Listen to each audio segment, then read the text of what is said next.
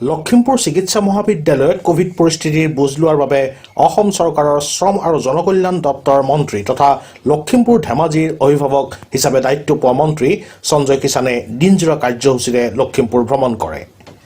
পৰৱৰ্তী সময়ত মন্ত্ৰীগৰাকীয়ে জহিং কয়লামাৰী বাগান ভ্ৰমণ কৰি চাহ শ্ৰমিকসকলৰ সমস্যাৰ বুজ লোৱাৰ পাছতে মন্ত্ৰীগৰাকীয়ে লখিমপুৰ জিলা উপায়ুক্তৰ কাৰ্যালয়ৰ সভাগৃহত জিলাখনৰ চৰকাৰী বিভাগৰ উচ্চপদস্থ বিষয়া আৰু জনপ্ৰতিনিধিসকলৰ লগত এখন পৰ্যালোচনা সভাত মিলিত হয়।